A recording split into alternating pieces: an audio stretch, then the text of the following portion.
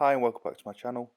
In this video I'll be taking through the steps of replacing my rear valance on my E30 Touring, plus all the side projects that were needed due to all the rust. Now I'm by no means a professional, this is all mostly self-taught. However, this is quite a common problem on E30s with the rust in the rear valance due to the rear pockets, so I just thought I'd show you how I'm doing it. So the first job on the list was to remove the car from the rotisserie jig. I needed the rear bumper mounts to be removed, but these are used on the jig, so I made a little accessory to be able to support the chassis legs from inside the boot, and then you'll be able to remove the rotisserie part.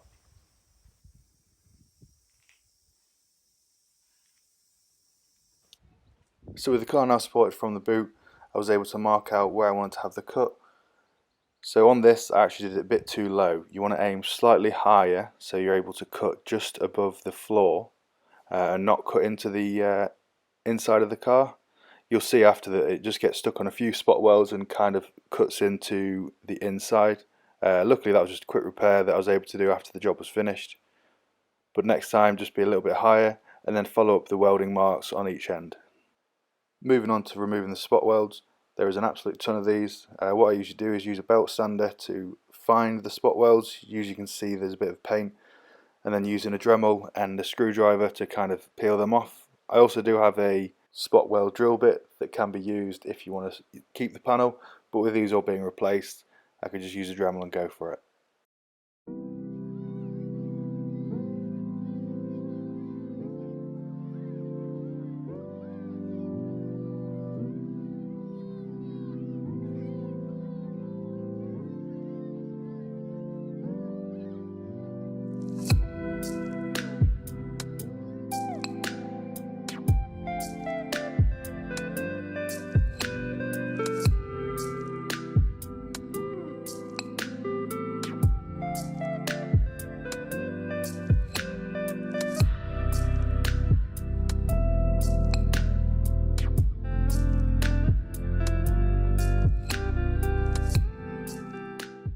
So with the valance removed, I was able to start assessing the area. First of all is behind the wheel well. In the factory it seems that they didn't get very far with the underseal, so there is a little bit of surface rust here. Nothing too bad that my rust converter won't sort, so first it's just cleaning up to kind of assess the area. Moving on to removing all the other damaged areas. I will remove the tow hook here and I won't be replacing it. It's quite a rust trap and I just feel like it's not necessary for what my need of the car is.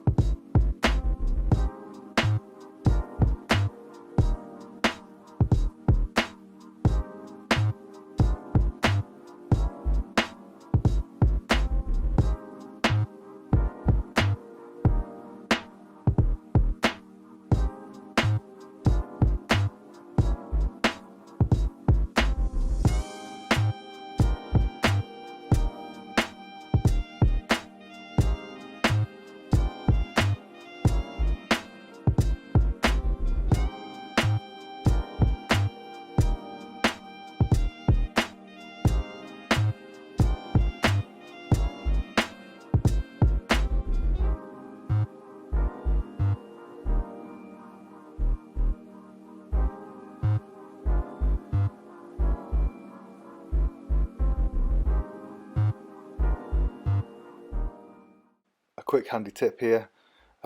Using a grinder, you can't always get so far in due to the size of the disc, so using a multi-tool with a metal cutting blade works perfectly for getting right down to the right area, and it doesn't leave any marks behind.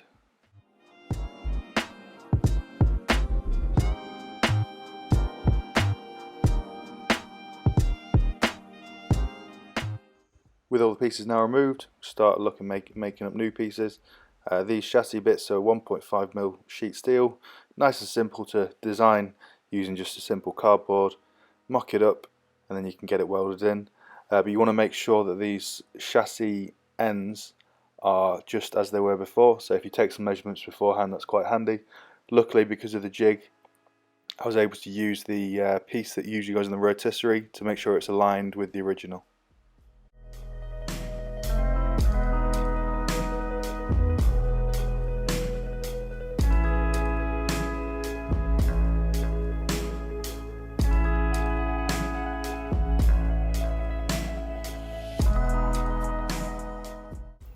For me, with grinding down the welds, I usually go over it first with a flap wheel, but this can deform and start to eat away at the edges of the weld.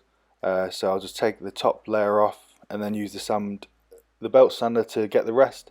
It's much more accurate and it gives a bit of a better finish. Obviously, with this being the underside, it doesn't need to be perfect, so I'm not too bothered.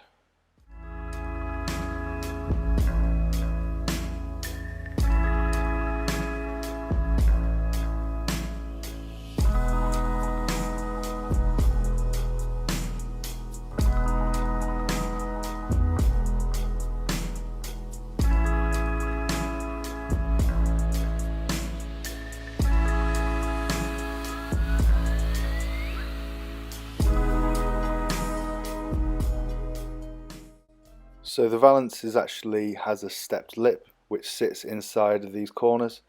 So what I'm doing here is using a flappy wheel to cut into the weld until I can easily see there's two pieces of metal, and then you can slowly pry that out to remove the old piece so then the new piece can go in.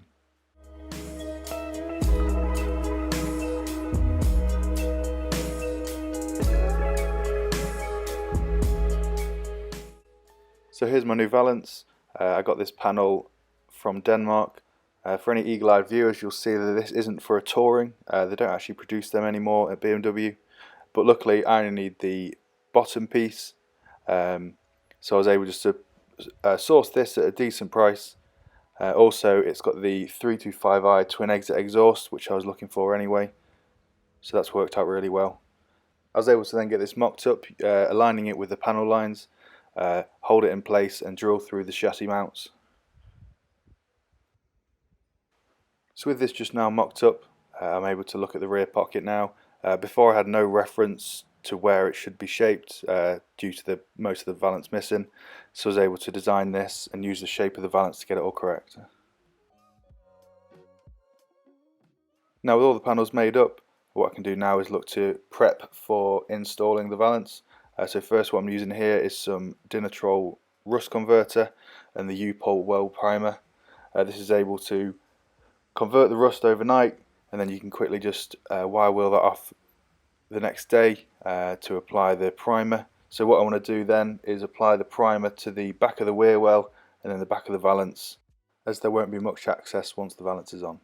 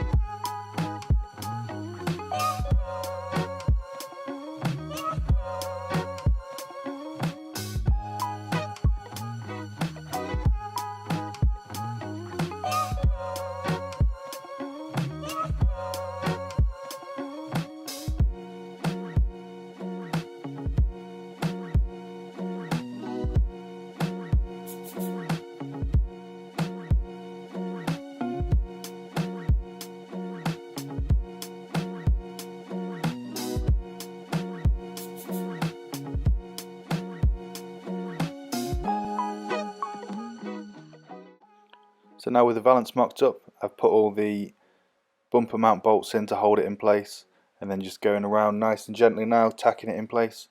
You want to make sure, as you probably see, I'm jumping around like a rabbit here, to keep the heat from warping the panel. I'll be doing probably 5-second passes and then moving on to a different area, letting it cool down and carrying on. So this is a bit of a long process, but you'll get there in the end.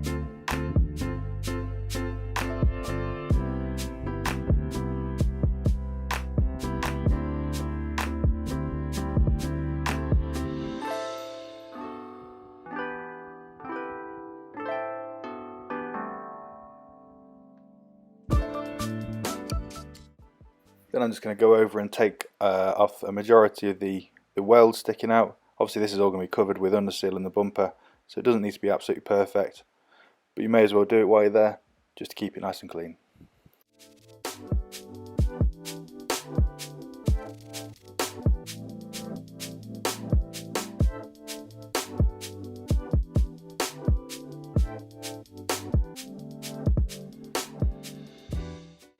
And then with everything blown off and cooled down, I was able to apply the 2-pack epoxy. I'll link this in the description for anyone interested. It's a 2-pack epoxy which is supposed to be used for spraying, but it's quite handy to use to brush. You're able to really push it into the seams to help seal it all up, and also much better access. And here we have the completed product. Really happy with this. It's one of my biggest tasks I've done so far on the underside. I'm getting there now with it all and feeling a bit more confident with my fabrication jobs. But as you can see, it's all nice and clean with this epoxy primer, all well sealed and with the correct measurements. I hope you enjoyed watching the video, and thank you for watching.